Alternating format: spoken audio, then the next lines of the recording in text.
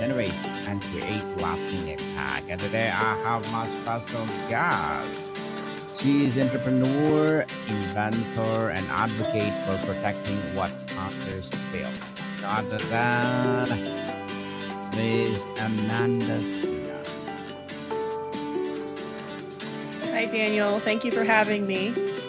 Welcome, And welcome. it's actually Yeah, Amanda Sima, and outside. it's like every person I ever interact with, and I have to tell. So, but thank you for that introduction. My It's just one of those last names. apologies. It's just one of those last names. No My- worries at all. Thank you for having me. thank you, Miss Amanda. And can you please introduce more about yourself that I met? Yeah, absolutely. Again, my name's Amanda Sima. I joke to everyone I meet that I have a disease. It's called entrepreneurism, serial entrepreneurism. I'm now a three-time founder of companies, and I'm a founder. I'm a patented inventor. I'm an author who has vast experience in building companies just from concepts that I think up in my brain. And most recently, I started Brain on Loan because, in a number of ways, I wanted to give back to the entrepreneurial community and a non-entrepreneurial community. Um, just with all of the lessons that I've learned and just the vast knowledge that comes with wearing every hat in a startup. And unfortunately, I've experienced successes, I've experienced failures, I've experienced legal battles that I'm in right now, in fact, and I just feel like I have a lot to share. And thank you for sharing your knowledge and wisdom to the world, Miss Amanda. Here, Entrepreneurship 101, we celebrate you, we salute you. Thank Thank you. you for sharing your wisdom and knowledge to us. You build a collegiate apparel company with over 150 NCAA licenses, then develop a patented your own consumer product. How did you learn from that apparel business that should have well prepared you for the legal battle but did not? So, couple of sad reasons. First of all, my apparel company I ran for 12 years. I was 25 when I started that company. Highly complex. Lots of logistics go into licensed apparel because you're not only dealing with the apparel side, the fashion side, the fit, the sourcing, the manufacturing, you're also dealing with compliance under any given school that you have a license from. And I mean, in our case, we had a lot of licenses, so there was a lot of um, complex moving parts in that business. Um, I also, unfortunately, in that experience, had a larger company um, who had access to proprietary materials of mine attempt to take my designs as their own, and they attempted to take my factory as their own. And so I would say a very important legal lesson that I learned. And it was honestly just by pure luck because I've made more mistakes than I probably have made right moves, but definitely I had a legal agreement in place with my factory, and my factory was in China.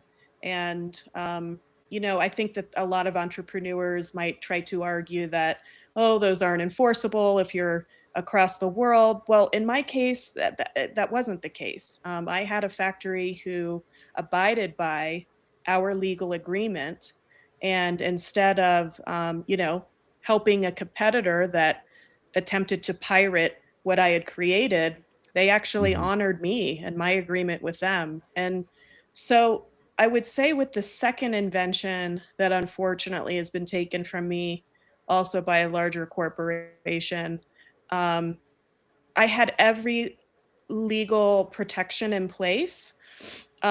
Sometimes, unfortunately, that doesn't stop extremely large competitors from taking what they want. But I at least have protections in place that help me as I'm going through the legal system. And I think that's very important for listeners to if you have listeners who are entrepreneurs already, entrepreneurs working on their first business. Um, I can't emphasize enough how just, those legal protections in place from the ground up, from the very beginning, could help with the most unfortunate situation, and that definitely was my case. Well, good luck for that, Miss Amanda. You say your legal battle over intellectual property completely changed how you think about entrepreneurship. Walk me through that specific moment when you realized that the system was not designed to protect you, and what did you feel beside anger? Yeah, uh, lots of feelings beside anger, definitely disappointment, but on the positive side, and as entrepreneurs, this is what we do. We turn negative experiences into positive ones. If you're starting a Yes. business, if you have a business, if you're growing a business, um, unfortunately, in that during that experience, there's no tolerance for giving up. There's no tolerance for feeling sorry for yourself. You have to persist on any given um, uh, struggle that you're facing. Um, the way it's made me change sort of my thinking is I mean, it's definitely made me become more of an advocate. I'm a minority business owner, right? So I'm um, vastly outnumbered by men in the world of business, and being taken seriously and having the same opportunities is a real thing. So I think going through this, and especially going through this legal battle, where minority entrepreneurs are already at a disadvantage, it's made me, as I mentioned, want to turn a negative into a positive, and in any way possible, if I can change the ecosystem, the corporate ecosystem, uh, and how they view small creators and small business owners. I just think we have, I kind of actually liken it to, we have antitrust protections in this country. And that's if two giant corporations want to merge, or if one wants to acquire another, the government steps in and says, whoa, whoa, whoa, you're getting too big. Well, I think there's more Mm. of a subtle form of that antitrust, or I think there's sort of more of a subtle movement going on where they take from small business owners or small creators, or recreate creations from these underrepresented business owners, and those business owners just go away or they go out of business, and this balloon of a corporation gets bigger and bigger slowly.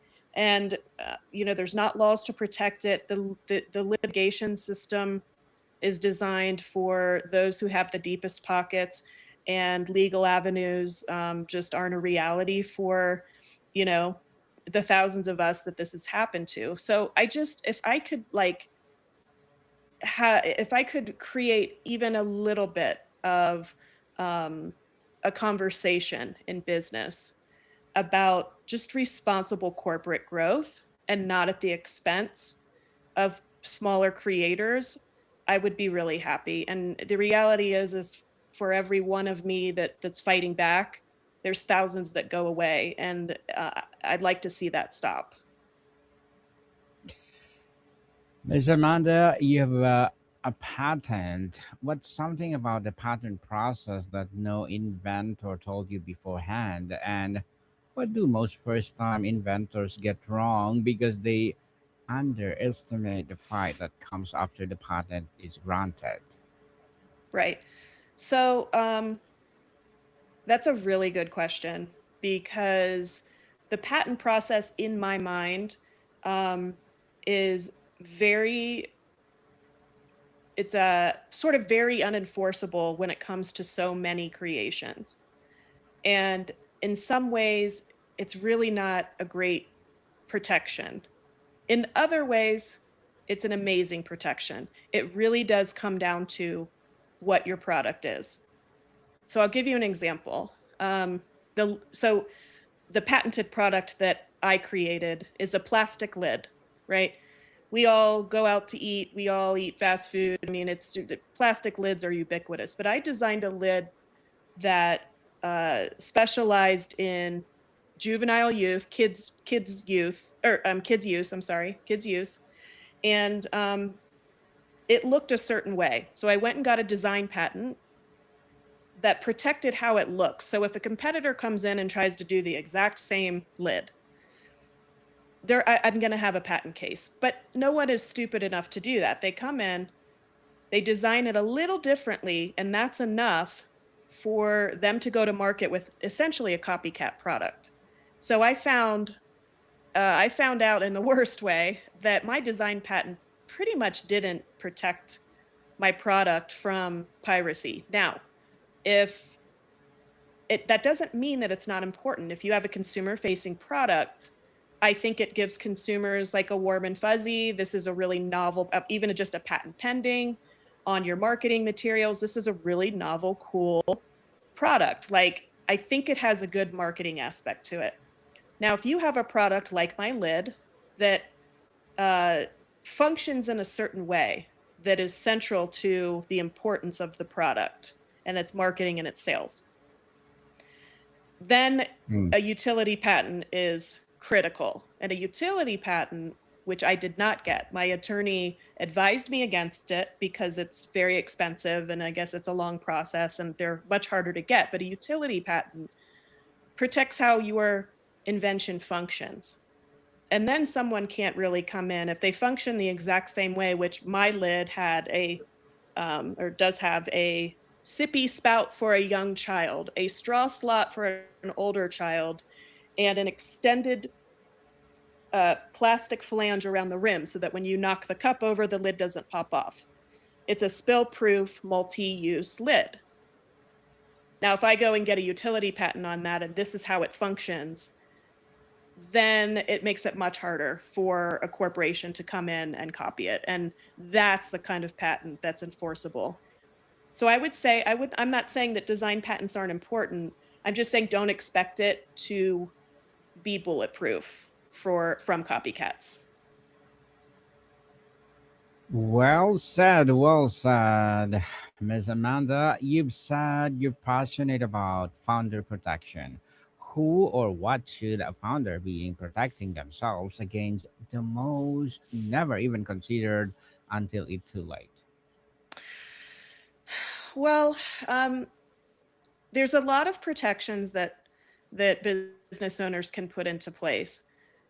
The ones that I've mentioned, the NDAs, the in China, the NNN agreements, any form of patent, those are all great. But in my mind, those are the weakest protections. I think that the greatest protections that you can put into place, well, first of all, just be prepared for someone to come. I mean, until something really changes in the ecosystem and the fabric of this industry, just expect for you to be knocked off at some point if you're successful. It just happens every day. So, but how can you further protect yourself? Well, I think there's a couple ways. Definitely relationships, who has access to you and your processes, is really important. Everyone in your circle, from you know um, manufacturing, sourcing reps, sales reps, even like in my case, I had an engineer helping me perfect my design. I tell people to really start as local as you possibly can with those like contracted positions and people that are helping you. If you're looking for a sourcing partner, find someone as efficient and small yet talented as possible. If they're a smaller factory, they're going to want to grow with you. They're going to stay loyal to you, as opposed to a giant factory who's like, I don't really need your business, but if I like your idea, I'll take it to my larger client. Really start small, start as local as possible, people that you can look in the eye and just trust, develop that trust. I think that's a great protection. So when, for example, someone tries to come in and take your factory says, no, I'm loyal. I'm loyal to Daniel. Like, that's my guy, right? So I think Mhm. that's important. And I would also anyone that has had a business says the greatest protection is your brand equity. If you have a product in market and it's doing really well and you have a loyal following to the integrity of your product and your brand, that makes copying you sort of irrelevant to corporations, really. Like, not to say that they still won't do it, but at least they can't necessarily put you out of business, right? And so when you Mhm. say it's too late, I think that that is when a company or a business owner is still in the early stages, hasn't hit market widely. This was my case with my lid. And unfortunately, I had reached out to people to help me that I wasn't close to, that I couldn't trust. Um, and that was sort of like my Achilles heel. I think once you're in market and you have established customers and you can build on that momentum, that's the greatest protection. Just sell, sell, sell, sell as much as you can. And your brand will rely on the integrity of your product. Indeed, sell, sell, sell. What advice did you receive early in the legal process that was well intentioned but completely wrong? And what would you tell to founder who's being told to just settle when they know they are in the right? Yeah. So um, I definitely had so many attorneys tell me that I didn't have a patent case, which was true. It was true that I did not have a patent case, but not knowing anything legal at that, I mean, I know so much more now, but back then, not knowing anything, you know, just when you're going to an attorney and you're saying, here's what happened to me, they have such a very small part of the story. And unfortunately, it's like they say in medicine, like you kind of have to self advocate for yourself a little bit. And even though I didn't have a patent case, it didn't mean I didn't have a case. And I sat on that advice for 2 years, thinking I had no legal recourse. And the best thing I ever did was get a fire under me again and start picking up the phone and calling more attorneys and more attorneys. And they're like, you know what? Yeah, you may not have a patent case, but you have a trade secret case, you have a breach of contract case, you have claims, you have an avenue to make this right. So I shouldn't have sat on that advice for a couple years thinking I had no legal recourse, which is again so happy I started this podcast and my website. If anyone's having even remotely the same sort of conversations or experience, send me a question. Um, Happy to answer it on my upcoming episode. Um, don't listen to a few attorneys who say I don't have a case. So I wish I wouldn't Mhm. have sat on that. I wish I wouldn't have sat on that advice for 2 years because um, ultimately I really did run out of time, almost ran out of time in being able to file my lawsuit against the corporation. Um, and then I'm sorry, what was the second part of your question? You said what advice, and then you had a second part. Mhm. But well, let's do the next question, Miss Amanda, Okay. because you say become a passionate voice for founder protection, as I'm talking about. But how did your legal battle affect your relationship with the co founders, investors, or family? And what's conversation you had to have that you never anticipated? I had a um, very talented, well established business owner as my investor for my lid.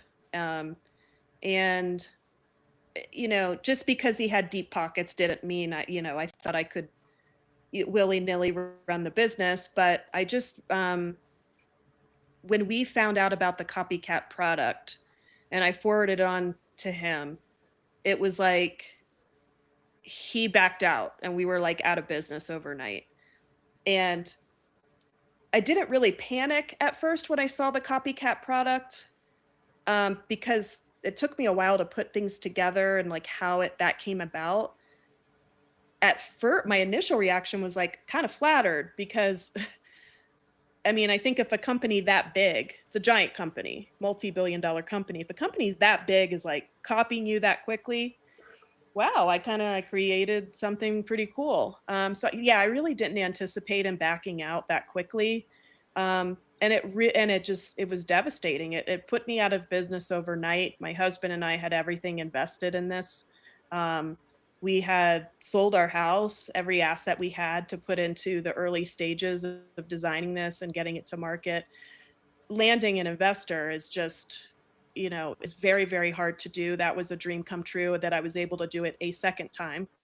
And Yeah, I mean, it was devastating. It was devastating, and we definitely have gone through years, my family and I, of what are we gonna do? What's the proper course of action here? You know, do we let it go, kinda, let it die, move on? And we have decided as a family, no, we're gonna fight it. It's not right what happened. Well, fight it until to the end, Miss I will. Amanda. Yes. And to wrap up our discussion for today, what first made you want to become an entrepreneur, and has that why survived legal battles, or has it evolved into something else? Oh, for sure. I mean, I remember just as the youngest I was as a little girl. I mean, maybe the earliest I can remember is being 10 years old and thinking, I saw my parents working 9 to 5s, and I just thought, I don't want to live that way. I want the freedom to do what I want to do. I was kind of always of that mindset. And then right out of college, before I started my first business, I worked in politics and met a lot of donors, self made people that were fascinating. And that was the beginning of my entrepreneurial journey. Well said, Miss Amanda. So, can you please invite our listeners to support your business, your podcast, or anything you want to promote on Entrepreneurship 101?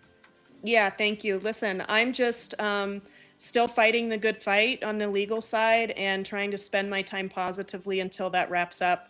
And so happy to help anyone out there, whether you're an entrepreneur or not.